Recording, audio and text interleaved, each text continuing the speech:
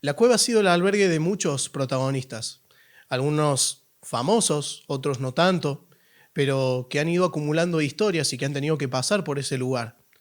Hay una historia en particular que llama mucho la atención y tiene como protagonista a este rey que desde sus inicios ya mostraba la valentía y era conocido como aquel que tenía el corazón conforme a lo que Dios buscaba. Estamos hablando de David. David, ese personaje que seguramente conoces la historia, ese adolescente que ante un ejército de filisteos se anima a pasar al frente y derrota con una hondera y con un solo tiro a un gigante de 3 metros y gana la batalla. Esta persona que era escogida por Dios ante un rey Saúl que no venía haciendo las cosas bien, no venía tomando buenas decisiones. Este David, que iba a ser uno de los mejores reyes y de los más considerados en la historia, este poeta por excelencia, tuvo su encuentro con la cueva. Y vos pensarás, ¿qué pasó? David, luego de esto, de este episodio con el gigante, venía en su apogeo. Estaba en su prime, diríamos. David empezó a tener un empleo y empezó a desempeñarse muy bien en las tareas que le daban.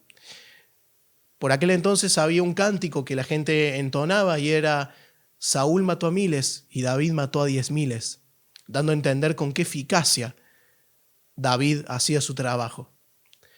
Él estaba rodeado de un mejor amigo, que no era nada más y nada menos que el hijo del propio rey, Saúl. Estaba casado con su hija, tenía a un consejero como sacerdote, tenía también este prestigio de las personas. Pero de un momento a otro, la vida de David va a dar un giro de 180 grados. Y todo aquello en lo que uno podría decir, esta persona es exitosa, no hay nada que le pueda salir mal, tiene todo lo necesario para salir adelante, empieza a desaparecer.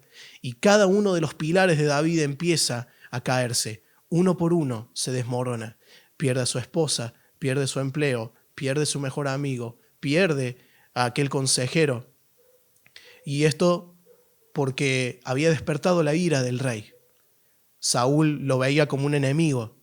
A pesar de que era su servidor, a pesar de que era leal, de que cumplía al pie de la letra, de que era su yerno, de que era mejor amigo de su hijo, el rey estaba cegado por la ira y no iba a parar hasta darle un final a la vida de David. Por lo cual David pierde todo. Hasta incluso pierde el respeto hacia él mismo. Y esto porque tratando de huir del rey va hacia el territorio enemigo. Aquel ejército filisteo que había derrotado, de repente él se encontraba en medio de ellos y tuvo que actuar como loco para que no lo mataran, porque lo habían reconocido. Como diríamos, fingir demencia, pero de manera literal. Dice la historia que le salía saliva de la boca, tuvo que fingir que realmente estaba fuera de sus cabales para que lo pudieran dejar ir. ¿Y dónde termina David? Adivina, en una cueva. ¿Y qué manera de terminar en una cueva?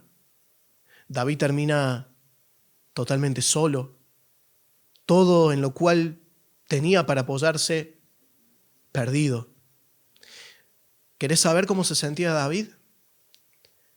Este poeta que solía escribir sus vivencias nos dejó el Salmo 142 y expresaba cosas como esta.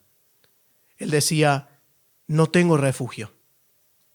No hay nadie quien se preocupe por mi vida. Miro a la derecha y observo, y no hay nadie que me reconozca.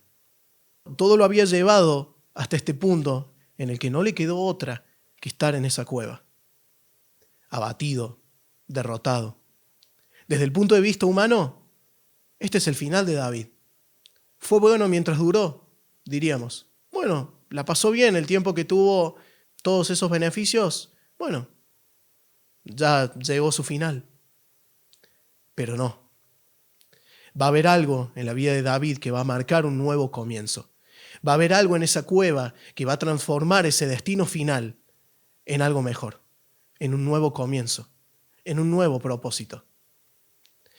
Y lo particular de esto es que David se encontraba solo, y me imagino que todos en estas circunstancias, al estar deprimidos, al sentir que hemos perdido un pilar importante en nuestras vidas, queremos estar solos.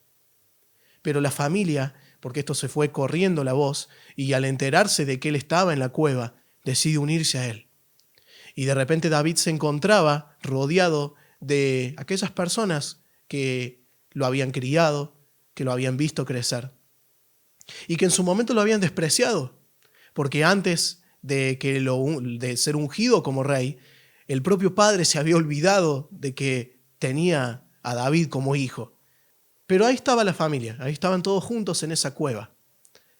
Y lo más curioso es que no solamente estaban ellos, sino que empieza a unirse una serie de personas que no reunían las características que a uno le gustaría para rodearse.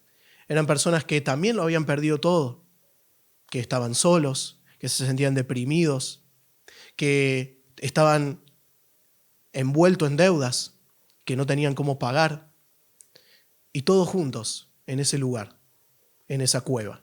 Pero fíjate la actitud de David frente a esto. Y esto es lo que marca la diferencia en esa cueva.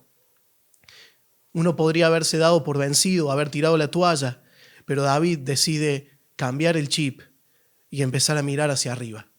Empezar a mirar a aquel que podía tornar ese final en un nuevo comienzo. Y a lo largo de este tiempo en la cueva, en este lugar, vamos a ver a un David que empieza a surgir o a tener cambios en el carácter, porque Dios empieza a formarlo. Era necesario que David lo perdiera todo para que empezara a ganar otras cosas, para que pudiera forjar su carácter. Aquello que no lo hubiera podido lograr si se aferraba a todo lo que ya tenía. Entonces Dios empieza a trabajar, y no solamente a él, sino también a todo ese grupo de personas. ¿Y te acordás que te dije que David registraba todo en los salmos? ¿Querés saber cómo sigue la historia? Podemos fijarnos en el Salmo 57 y en el Salmo 34 cómo avanza. Y David va a decir: en la sombra de tus alas me ampararé hasta que pasen las calamidades. También va a decir: ten misericordia de mí. Él todavía sigue con esta pena que lo acongoja, sigue con este grupo de personas totalmente desahuciadas, en busca de necesitadas, pero no se da por vencido. Él está de rodillas, ya no está más tirado, está en busca de ese cambio, de tocar fondo, pero para tener un mayor impulso. Y así vamos a ver que estas personas empiezan a volverse más duchos en la espada, en la manera de luchar, en la manera de pensar, hasta que llegan a transformarse, porque esto tiene un final feliz, y es que llegan a transformarse en aquellos valientes de David. Iban a pasar a la historia no como esas personas que entraron tristes a la cueva, sino como esos valientes que eran capaces de enfrentar cualquier calamidad y cualquier peligro por su rey y por el pueblo de Israel. David fue forjado como rey.